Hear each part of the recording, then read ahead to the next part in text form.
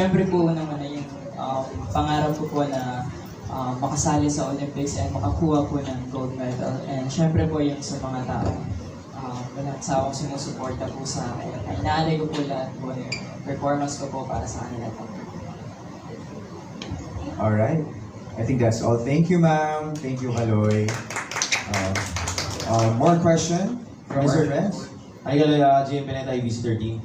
Tanong ko lang, gaano ka dala yung suporta ngayon ng pamilya mo? Of course, medyo big stage na to kahit paano. Ano yung binibigay nilang suporta para sa'yo, especially sa girlfriend mo?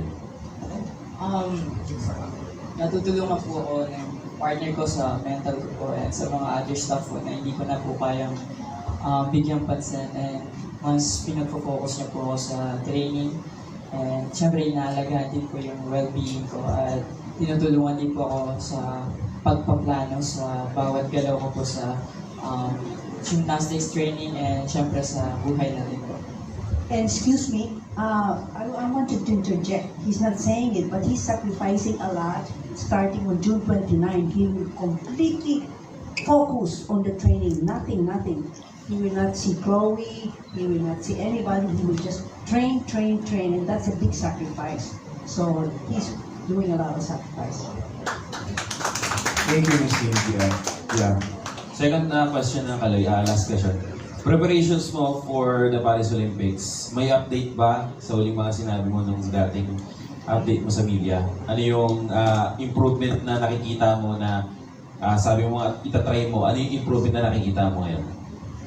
Sa ngayon po, more polishing na lang po and make po ng stamina and make body po. And sa ngayon po, hindi na po ako mag-upgrade. Kung ano po yung nagawa ko po last competition sa Asian Championships, ayun na po yung magiging routine ko po sa Olympics. A question dito from Rappler. Good morning, Carlos. Philip Mateo from Rappler. Nabanggit nga po ni Miss Cynthia kanina yung si Chloe. So, gaano ba siya ka-importante sa buhay mo? Paano niyo na-inspire yung isa't isa? And may gusto ko bang sabihin sa kanya?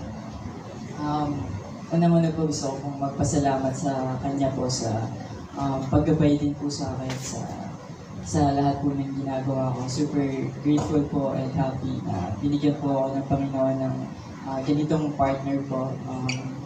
Naalagaan ko po yung sarili ko. Naturuan po ako na respetuhin yung sarili ko. Naturuan po ako na mag-care sa sarili ko, emotionally, physically po. And super grateful po talaga na kasama ko siya sa journey ko po. Hi, I'm Cristel from Manila Bulletin. Carlos, can you describe ano yung feeling ngayon for the second time that you're in the Olympics? Can you describe ano yung difference from the Tokyo and ngayon? Considering na nung last sa Tokyo, ikaw lang mag-isa, ngayon may mga kasama ka ng fellow gymnast na magko-compete din sa Paris. Siguro yung difference lang po is ako itong 2020 hindi po malaki yung galaw ko, parang hindi po ako confident sa ginagawa ko. Even though na-practice ko po siya ng marami. Parang nahihiya po yung galaw ko. Pero this time po, na-practice ko po siya talaga na ilabas ko yung kung ano ako, ipakita ko kung ano yung ginagawa ko na practice, kung ano po talaga yung target ko sa gymnast ko. Ngayon po, mas confident po ako na mag-perform at ipakita po yung galing na Pilipino. At follow up din yung ano yung feeling na this time may mga kasama ka na fellow Filipinos din na magko-compete sa Paris, fellow Filipino gymnasts. Super happy po na hindi lang po ako mag-isa ngayon sa gymnastics po. Nadagdagan po kami ng 3 po na maglalaro po at sobrang laking bagay po yun, and sa gymnastics community po dito sa Pilipinas, sobrang laking push po yun para sa akin. Alright, that's all. Thank you, ma'am. We have another question. Good morning, Carlos. Mr. Peter Atencio, Manila Standard. Nasita na naman tayo. Ito tanong ko sa'yo, ano yung galaw na pinapolish mo ngayon? Yung movement na palagay mo makakatulong sa'yo in terms of difficulty, yung mahirap na galaw na pinapolish mo? It's more on sa execution po, especially sa floor, yung mga landings po talaga, and yung mga yung sa air po na doon po ako Yung twist? Yes po, nade-deductional. So, more focus on landings po talaga ako this time. And sa vault po, na success ko po siya, and tinatry po namin na ma-stick po siya talaga every day po. Yes. Ito may question ako kay Chloe. Anong immediate concern mo bago sa pagpunta niya sa Paris? Good morning po. Concerned ko lang po sa kanya sana hindi siya na-injury. And I hope na healthy po siya. Hindi siya masyadong magkasakit there sa Paris, especially sa training camp po kasi ibubuhos niya na lahat ng yung training niya and lahat ng pinaghirapan niya all this year. So, yun lang. I hope you're healthy. Good luck. Meron ka bang time na na-experience mo na injure siya na yung naikwento niya na injury siya gano'n tapos naka-recover siya afterwards? Thankfully, wala naman po siya super major injury. Knock on wood, no injuries at all. Pero yung wala po naman po so far. Okay. Sige, salamat. Thank you, sir. Nakikita naman natin guys, so what a lovely couple. Yeah. Any more question? Last two questions from our media friends. Last three questions. All right. Go ahead, ma'am. Good morning po. I'm Hope Ruiz from the Manila Times TV. Now that you're the face of Arena Plus, what is your message to the Arena Plus community? Una-muna po, maraming salamat po. Na-recognize niyo po at gusto niyo po akong supportahan. Gagalingan ko po sa training camp. Siyempre sa Olympics po. Ibubuhos ko po lahat.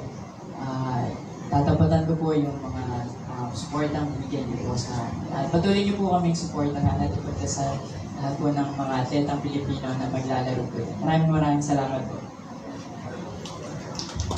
Thank you, Carlos. Good morning, Gab Peras of Sports Corner PH. Unang tanong, dalawang questions for Idol Kaloy. Ano mensahe mo sa mga kabataan na nangangarap din na maging successful athlete o champion athlete kagaya mo na isang world champion and of course, pupunta ng Paris?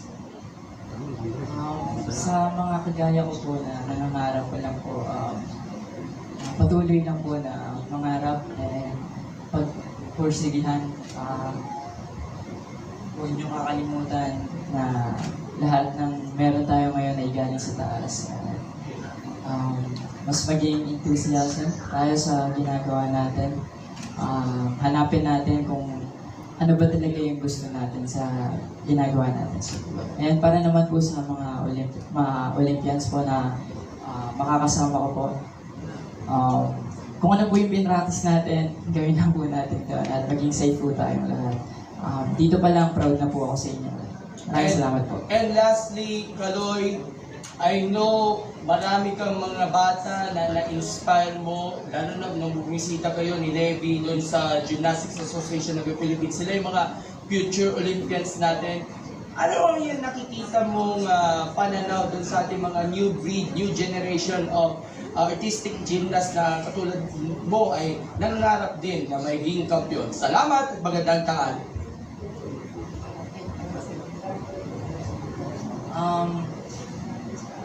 Dati po kasi wala pong kagaya ko po. Konti lang po talaga, especially sa men's artistic, more on sa women's po and rhythmic gymnastics po kasi.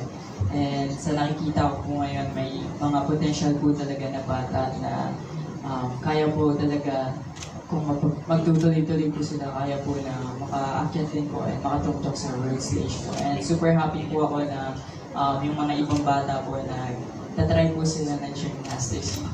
Thank you, Idol. Selfie tayo mamaya. Sige po, salamat po. Thank you, sir. Thank you so much. I think one last question for Carlos and Angele. Hi, Sir Carlos from Star FM Bombo Radio. I'm DJ Antonio Napada. Na-interview ko yung your mother and yung mga kapatid mo. Talagang sobrang proud sila sa iyo. Ano yung pakiramdam na yung mga kapatid mo parang sumusunod sa iyong yapak o gumagawa ng sariling pangalan sa mundo ng sports? And ano yung message mo sa iyong mga kapatid? Thank you. Sobrang saya ko po na pati yung mga kapatid ko na-inspire po sa ginawa ko po. And sana po na ipagpatuloy po nila yung ginagawa nila at mas maging successful po sila sa mga dadating na taon po. Really hoping po na sana safe po sila at maging successful po sa school and syempre sa career po sa gymnastics po. Maraming salamat po. Alright, I think that's all from our media friends today. But before we end this segment for Carlos and Chloe, Miss Carion from Gymnastics Association of the Philippines would like to add some message for Carlos and for you guys. Miss Carion. Thank you. I'm sorry to be interfering with you all the time. But you know, I wanted you all to know that in the training camp, we will, in the training camp, we will have hyperbaric chamber. So every time he wants to go to have oxygen, we have a hyperbaric chamber. We have the Sintosa massage. We have all kinds of therapies, all kinds of doctors there. So hoping that none of our athletes will get injured. In case they're injured, we are all prepared for it. And we are going to use the apparatus that for the competition, Gymnova equipment, so that we're all prepared, really doing our best. And I wanted to know that if one of the questions was about Tokyo Olympics and now, there's a big difference.